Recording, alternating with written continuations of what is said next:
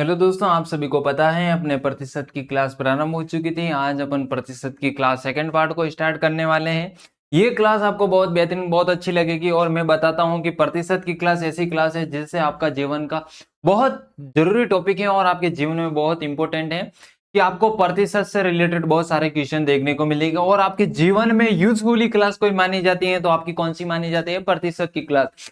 क्योंकि इसका मुख्य उद्देश्य और मुख्य कारण होता है कि आपको जीवन में प्रतिशत के ऊपर बहुत सारे काम करने पड़ते हैं। प्रतिशत के ऊपर आपको क्या करने पड़ते हैं? बहुत सारे काम करने पड़ते हैं। कि जैसे आपको कह दिया जाए कि मैं इतने प्रतिशत तेरे एक साल में सैलरी बढ़ाऊंगा। ये आपके जीवन का मेन उद्देश्य है। क्योंकि आपका उद्देश्य क्या? सैलरी होगी 25,000 की, 12,000 मान लो, 12,000 आपकी सैलरी है।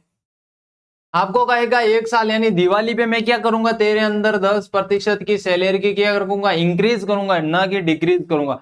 बात आप समझना। उसने कहा कि मैं इंक्रीज करूंगा, लेकिन वो आपकी क्या बात को समझना कि उसने कहा मैं इंक्रीज करूंगा तो आपको इंक्रीज करनी चाहिए, लेकिन वो भाई साहब नहीं करता था। आप उसके ऊपर कुछ करोगे, एक्शन लोगे। तो ये चीजें हैं कि ये तमाम जो सारी चीजें हैं इसको कैसे निकालना है कि 10% की करेंगे तो कितने की वृद्धि होगी। तो ये जो है ये अपन तमाम चीजें इन प्रतिशत की क्लास में देखेंगे। मैं प्रतिशत की परिभाषाओं की मैं बात करूं तो प्रति का मतलब होता है प्रत्येक और शत का मतलब होता है 100। यानी यहां पर जो कहने का मूल उद्देश्य है, प्रतिशत की फुल फॉर्म क्या हो जाएगी? प्रतिशत दो शब्दों से मिलकर बना होता है और दो शब्दों में भी मैं प्रत्येक की बात करूं तो प्रत्येक होती है, प्रत्येक वस्तु हो जाएगी। और शत का मतलब 100 होता है कि प्रत्येक वस्तु अपने आप में क्या होना? 100 होना, 100% होना। क्या होना? प्रतिशत होना। मैं मानव हूं, मानव है तो इस मानव अपने आप में क्या है? 100% है। लेकिन इसका एक हाथ टूट जाए, हाथ टूट जाए तो उसके एक अंग का क्या होता है? विभाजन होता है, उससे बढ़ता। तो कितने प्रतिशत वो हिस्सा गायब हुआ या कितने प्रतिशत अभी हिस्सा उसके पास बचा है? तो ये तमाम चीजें हैं, ये कैसे निकालेंगे अपन, आइए देखते हैं और समझते हैं। आपको जो प्यारे बच्चे इन क्लास के माध्यम से जो करना है वो मैं अच्छे तरीके के माध्यम से करूंगा और आप बहुत अच्छी क्लास लगेगी। अब आपको मैं कहूं, मैं अगर आपको कहूं कि आपकी कितनी सैलरी है, समझना। दिनेश की दिनेश नाम का एक व्यक्ति है, उस दिनेश की सैलरी है, मासिक सैलरी कितनी है? 18,000। अरे भाई साहब 18,000 है। कितनी है? 18,000। अब इस 18,000 जो सैलरी है ना प्यारे साथियों, ये सैलरी वो कहा दिया जाता है कि तेरे एक साल में मैं कितने इंक्रीज करूंगा? एक साल के अंदर जो सैलरी होगी उस सैलरी को मैं कितने प्रतिशत बढ़ाऊंगा? 10% बढ़ाऊंगा। बात को समझना। वो कहता है कि एक साल में और वो एक साल में क्या करेगा? 10% क्या करेंगे? वृद्धि करेगा। कितनी करेगा? 10% की ही वृद्धि करेगा, 10% की वृद्धि करेगा। अब और उसने कहा कि 2 साल बाद उसकी क्या होगी या 3 साल बाद क्या होगी। तो ये जो तमाम चीजें हैं आप समझो। 2023 में भाइयों को लग गयो, नौकरी लग गयो। अब इसकी सैलरी थी 18,000 रे। कितनी थी? 18,000।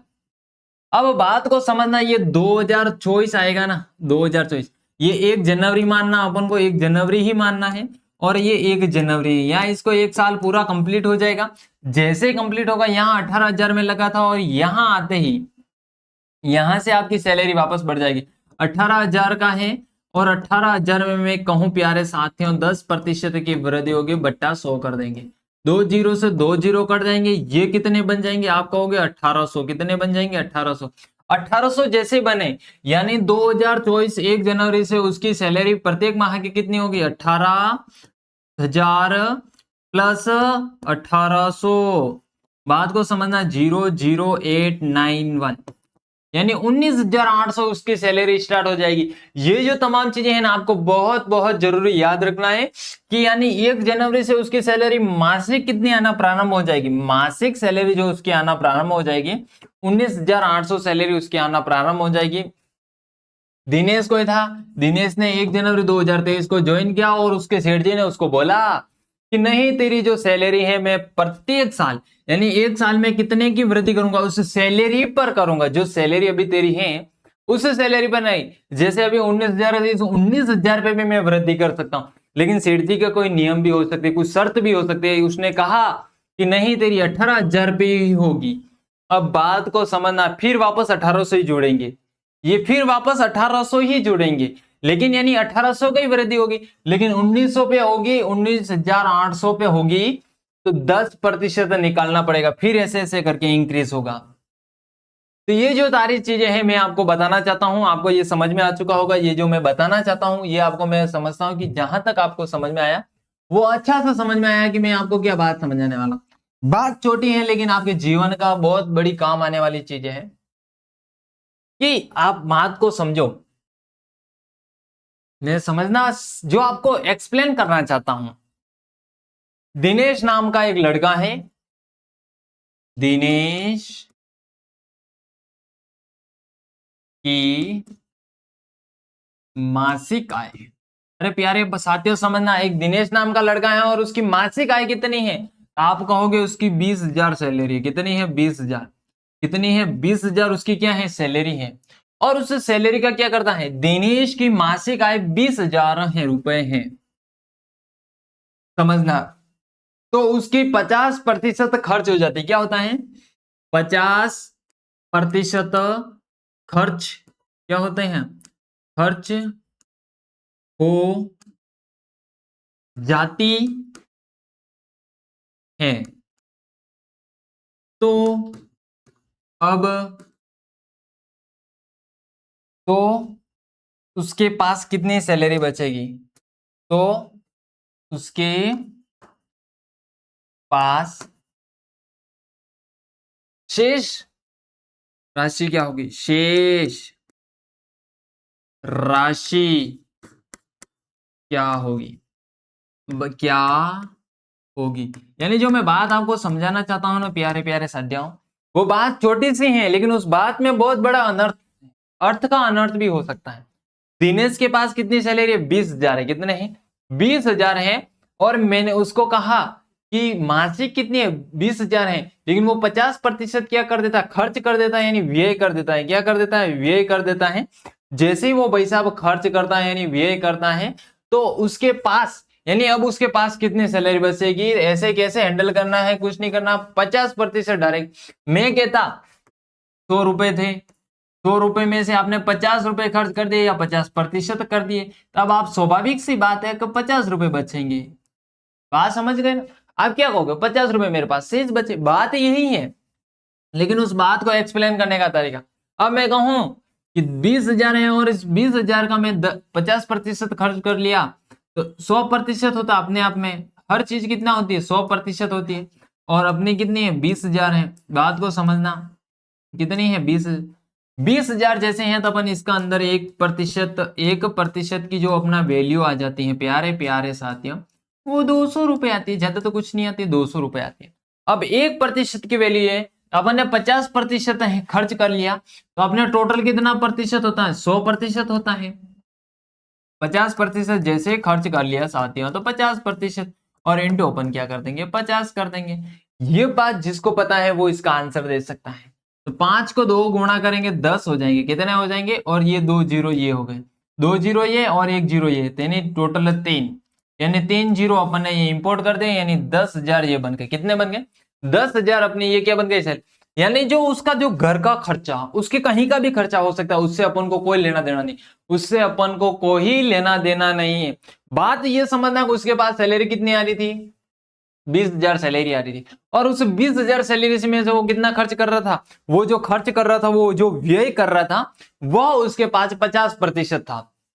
अब जैसे ही 50% था तो अपन ने क्या कर दिया उसको, जैसे ही, तो अब उसके पास क्या सैलरी बचेंगी? स्वाभाविक सी बात, आप उदयपुर में रहते हो। अब बात को समझना, एक छोटी सी मैं बातों से शुभारंभ करूंगा। आपकी सैलरी क्या है? बात को समझना।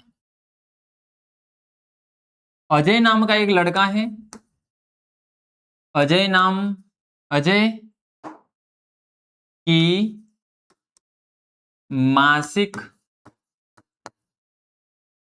आय, मासिक आय की मैं बात करूं ना, 10,000 है। कितनी है? 10,000।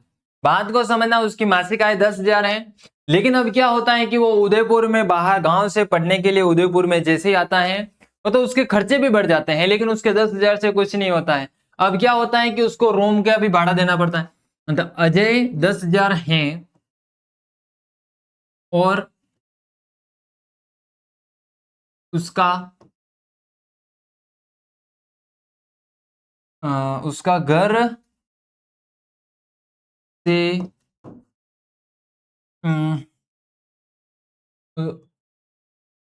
10,000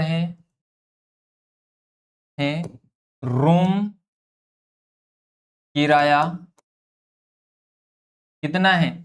उसका जो रूम किराया है ना प्यारे साथियों, वह 3,000 है। कितना है? 3,000।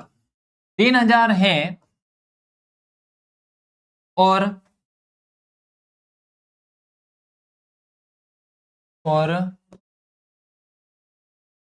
खाना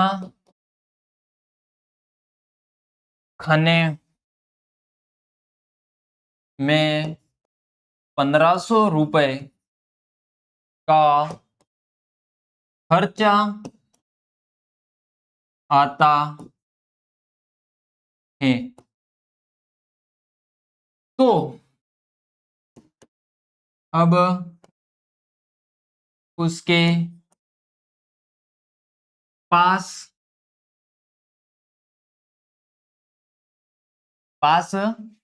कितना प्रतिशत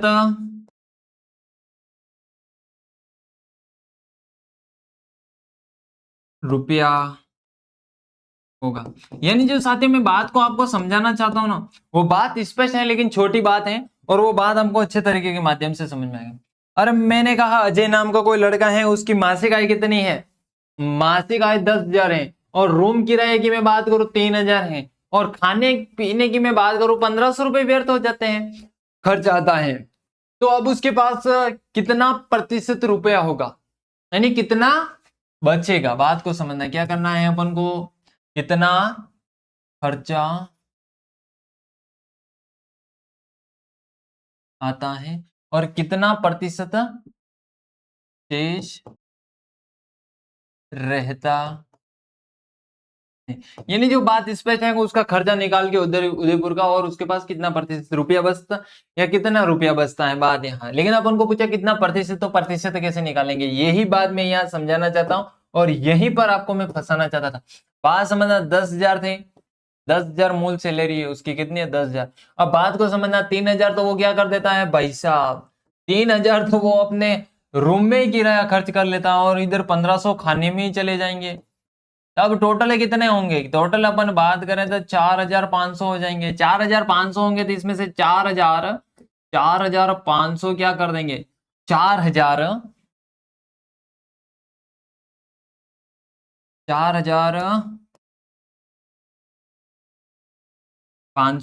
4,500 की मैं बात करूं, किसकी? 4,500। तो 4,500 होंगे, कितने होंगे? 4,500।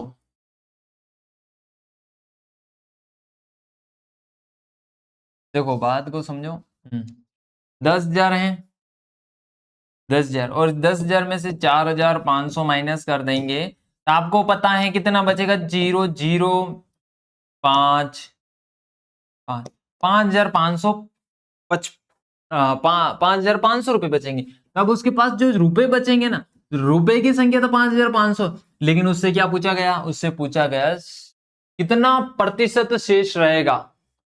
बात समझ रहे हो? अब उसके पास कितना प्रतिशत शेष है। अब मैं बात करूं ना, 5,555 10,000 पे होगा, 10,000 पे, 10,000 और इंटू 100 कर देंगे। ये क्योंकि कितना प्रतिशत है, तो प्रतिशत तो ऐसे निकाल लेंगे, जो अंश होता है इसको क्या बोलते हैं? अंश बोलते हैं, और इसको अपन हर बोलते हैं, हर हर महादेव। अब बात को समझना, 2 जीरो से 2 जीरो, इन 2 जीरो से ये 2 जीरो, अब क्या बचेगा? 55% साथियों, 55% इसका आंसर होगा। आज की क्लास को अपन यही समाप्त करते हैं। ये क्लास आपको बहुत बेहतरीन, बहुत अच्छी लगी होंगी। धन्यवाद सो मच।